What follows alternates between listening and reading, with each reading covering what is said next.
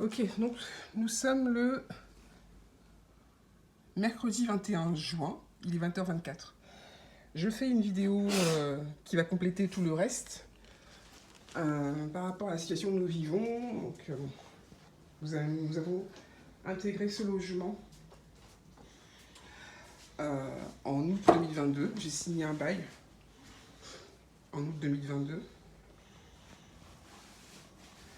Et c'est un bail que j'ai signé seul, qui comprend donc une mise à l'abri pour moi et mes 4 enfants. Je suis ici par rapport à une situation de violence intrafamiliale et communautaire. J'ajouterais même une violence institutionnelle, puisqu'à la base, en fait, j'en parle dans les réseaux sociaux. Il y a un post épinglé par rapport à ça sur Facebook.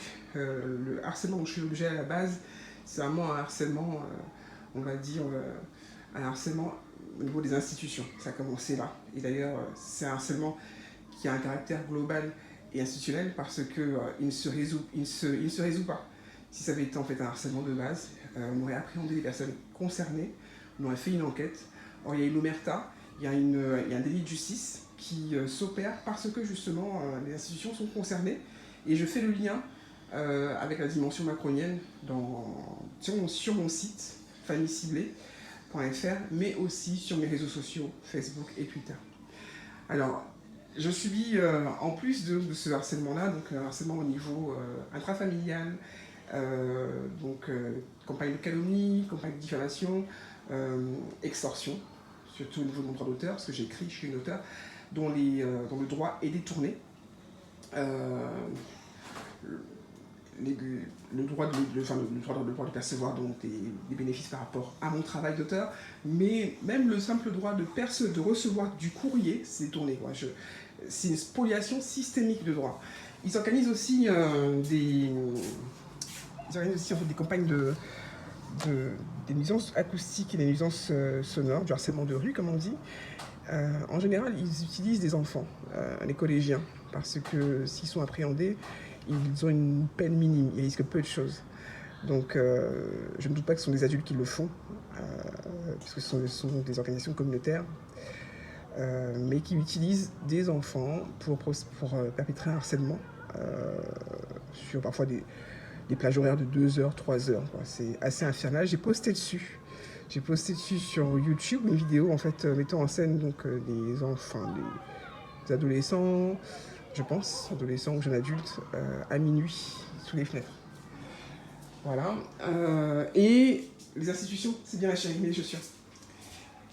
Les institutions sont aussi concernées au niveau étatique, pour commencer, mais aussi l'institution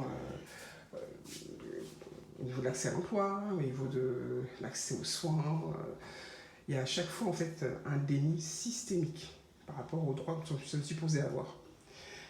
Génia, par exemple, devait être opérée à Debré, on est suivi.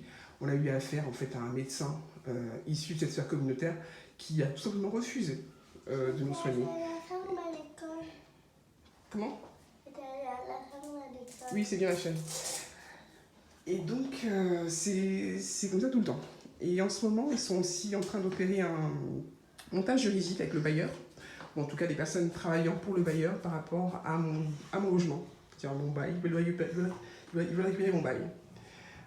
Parce que je suppose qu'ils ont organisé aussi, ils organisent aussi du trafic d'êtres humains au niveau des filières illégales d'immigration.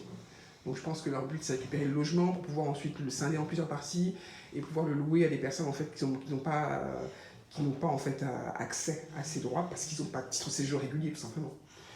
Donc voilà. Alors,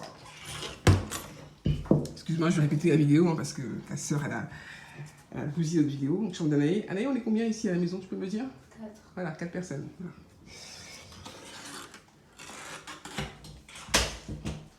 Voilà. Un plus. À nous, je répète la vidéo parce que Jamila elle a bousillé. On est combien à la maison? 4. Oh, ok. Tu peux dire les mairies qui nous sommes? Anaï, Jamila, toi, moi. Voilà, merci.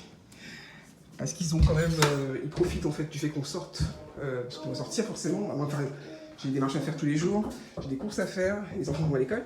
Donc ils profitent de nos déplacements pour s'introduire dans notre domicile, pour voler les effets personnels, pour pouvoir ensuite les mettre en scène Et je pense que le but, c'est finalement de dire que ils font partie du foyer, quoi. Ils vont en fait utiliser leur relais au niveau des communautés, au niveau de l'entrisme communautaire auprès des institutions pour pouvoir en fait monter des dossiers illégaux, prétendre en fait mutualiser notre logement et à terme, puisqu'ils savent que je n'ai pas de relais, je suis très esselé, j'ai été complètement abandonné par ma famille qui participe en partie à ça et les amis aussi. Donc ils vont profiter en fait de ce consensus général pour pouvoir organiser un délit de droit systémique. Voilà.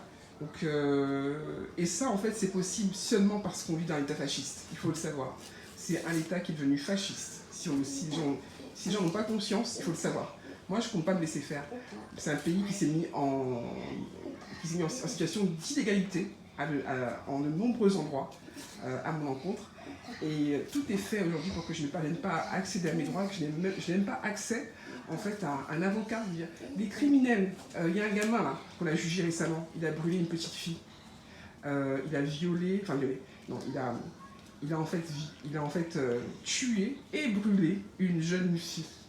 Ce type a eu droit à un avocat et a eu droit à une justice clémente. Mais nous qui sommes victimes, nous n'avons pas droit à un avocat et la justice participe en fait à notre mise à mort. Que la France ne considère vraiment pas que je vais laisser faire. Je suis tout à fait légitime pour porter mon plaidoyer. Et s'il faut que même s'il faut que je quitte le pays momentanément pour le porter à l'extérieur, je le ferai.